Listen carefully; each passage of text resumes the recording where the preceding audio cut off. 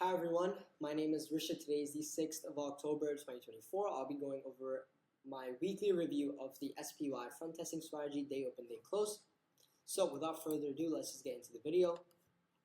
On the 30th of September, we had a sell signal, which would have made us a loss of $6,045.4 or 0.586%.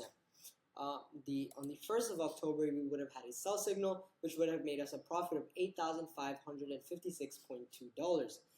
Or 0.83%. On the 2nd of October, we would have had a sell signal making us a loss of $2,096.45 or 0.204%. And finally, on the 3rd of October, we would have had another sell signal making a loss of $837.2 or 0.083%. Finally, on the 4th, we would have had a buy signal where we would have made a profit of $1,135.89 or 0.108%.